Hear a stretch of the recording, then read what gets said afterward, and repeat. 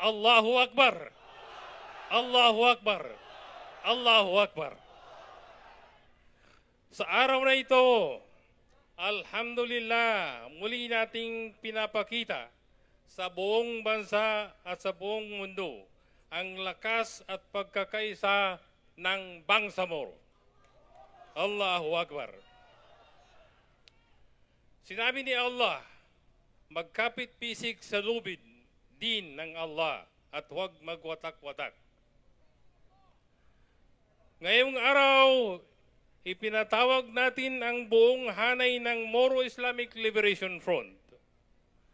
At bagamat hindi lahat ay nakarating dahil sa short notice na sa pagtitipon na ito, sa awa ng Allah ay marami pa rin ang pumunta upang ipakita ang suporta sa jihad fi sabilillah at sa organisasyon nating MILF. Takbir! Sa araw rin na ito, sama-sama ang lakas ng ating mga napiling kandidato para sa United Bangsamoro Justice Party. Nandito silang lahat bilang simbolo ng pagkakaisa sa isang layunin na magtatag ng isang buo, united at makatarungan, justice, politika para sa Bangsamoro. Nandito tayo sa ngalan ng Allah para sa Bangsamoro at sa ngalan ng mga prinsipyong ating kinakatawan. Unity, benevolence, justice, and peace. Allahu Akbar! Allahu Akbar! Allahu Akbar! Noong 1997, nakipag-unayan ang gobyerno sa isang ceasefire agreement sa MILF. Ang pangunahing kasunduan ay ang Agreement on the General Cessation of Hostilities, AGCH, noong July 18, 1997. Ito yung unang pinirmahan natin na kasunduan sa gobyerno ng Pilipinas. Ito'y nakilala bilang ceasefire accord na nagsilbing batayan para sa paglikha ng Coordinating Committee on the Cessation of Hostilities or CCCH at iba pang mekanismo ng ceasefire. Noong October 15, ang Comprehensive Agreement on the Bangsamoro ay pinirmahan noong March 27, 2014 at ang panukalang Bangsamoro Basic Law ay natapos ng Bangsamoro Transition Commission noong April 2014. These are the landmarks o agreement na napagkasunduan natin sa gobyerno ng Pilipinas na naging dahilan para maitatag natin itong Bangsamoro Autonomous Region in Muslim Mindanao. Hindi na rin naging madali ang lahat. Pinagdaanan natin ang Mamasapano encounter noong January 2015. Sa panahong yon ay natigil na naman ang pag-usad ng Bangsamoro Basic Law sa Kongreso ng Pilipinas. Sa tulong ni President Rodrigo Roa Duterte, naipasa ang Bangsamoro Organic Law noong 2018 at di kalaunan ay nagkaroon ng plebisito noong January 2019. Sa plebisitong ito, natin napatunayan na walang imposible kung magtutulungan ang gobyerno ng Pilipinas, Moro Islamic Liberation Front at mga taong bayan. Doon natin napatunayan na suportado ng mamamayang Bangsamoro ang mga ipinaglalaban ng Moro Islamic Liberation Front, alhamdulillah.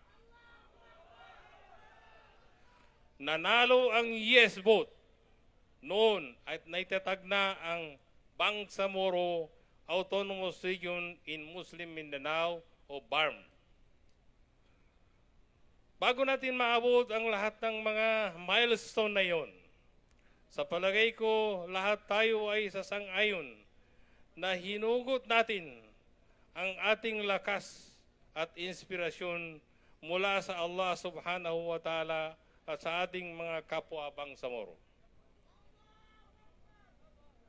Magpahanggang ngayon, sa kanila pa rin tayo kumukuha ng lakas at inspirasyon.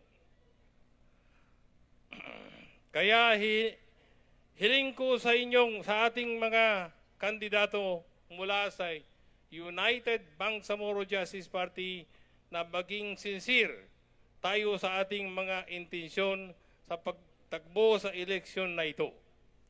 Maging totoo tayo sa tao, tuparin natin ang mga pangako natin kung sakaling tayo ay palaring mahalal. Inshallah.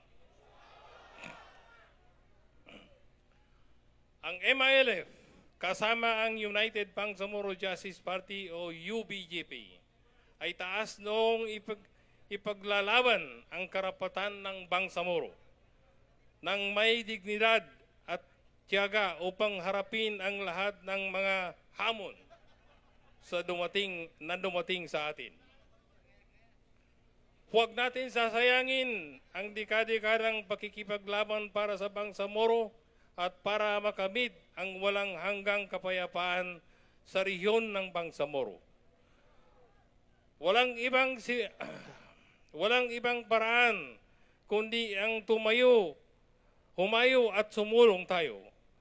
Tao ang unang susuko. Responsibilidad ng mga MILF at ng UBJP sa mga Bangsamoro na kanilang paglingkuran ang maging tanglaw ng liwanag at simbolo ng pag-asa para sa mga susunod na henerasyon. The leadership of the MILF and our political wing, the United Bangsamoro Justice Party, calls upon all its members, supporters, and sympathizers, and the Bangsamoro people in general, to campaign and vote for the UBJP's official candidates in the coming general election, to campaign and vote for UBJP's official candidates in the coming May 12, 2025 election.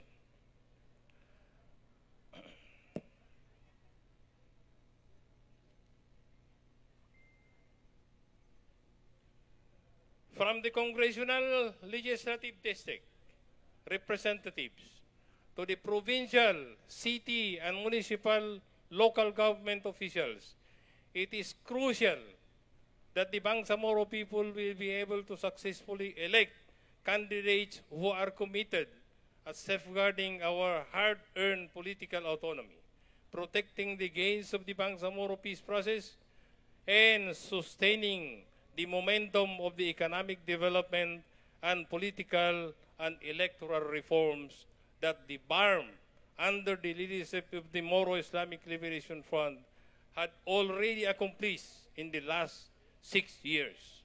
Alhamdulillah. As a principled organization, it is important that the members shall stay vigilant and never allow any sinister move that will divide and conquer our people. Let us not allow this election to revert us back to violence and chaos. Let us all commit to work for a peaceful, clean, honest, and credible election and demonstrate to the international community that the Bangsamoro is ready for democracy. The entire international community is looking at us. After a careful assessment of the candidates' track records, conviction, and contribution to the Bangsamoro cause, the MILF and the UBJP wholeheartedly commits to mobilize the necessary materials, political and moral support to help secure the victory of its official candidates in the BARM, including Sulu, inshallah. Okay. Finally, by the power vested in me as chairman of the Moro Islamic Liberation Front and party president of the United Bangsamoro Justice Party, I, Alhaji Murad Ibrahim, hereby issue the following directives. Number one, it is imperative for all MILF and UBGP members to actively participate in the electoral process by casting their votes this coming election, inshallah. All members are encouraged and ordered to support and vote for the legitimate and official candidates of the United Bangsamoro Justice Party, UBGP. Our collective efforts in these elections are vital for the advancement of our government and to ensure that our values, aspirations, and the aspiration of our people are represented. Each member is reminded of the responsibility to uphold the principles of integrity, unity, and commit while engaging in this democratic process. Mobilization efforts should be undertaken to ensure that all eligible voters are informed of the candidates and the importance of their votes. Ang darating na halalan ay hindi isang ordinaryong eleksyon. Ito ay labanan para sa ating buhay bilang isang Bangsamoro na may dangal, may direksyon at may kinabukasan. Hindi ito tungkol sa politika lamang. Ito ay tungkol sa kaluluwa ng ating jihad na bunga ng ating mga luha, dugo at dasal. Hindi ito ordinary eleksyon, ito'y eleksyon na bunga ng ating sakripisyo. Inshallah. Indeed, our Prophet sallallahu alaihi wasallam, Prophet Muhammad sallallahu alaihi wasallam said, "Jihad, struggle for the cause of Allah, is continuous until the day of judgment." So, ibig sabihin, lahat ng ginagawa natin is a continuation of our jihad. Ito'y mga kasama na itong ginagawa natin ngayon. Ito ay tanggapin ninyo na kasama sa jihad natin, inshallah. So, maraming salamat sa inyo. I am very humbled that you came. Maraming masyadong sa General Assembly natin. So, sukran sa inyong lahat. Wabillahi taufiq wal hidayah. Assalamualaikum warahmatullahi wabarakatuh.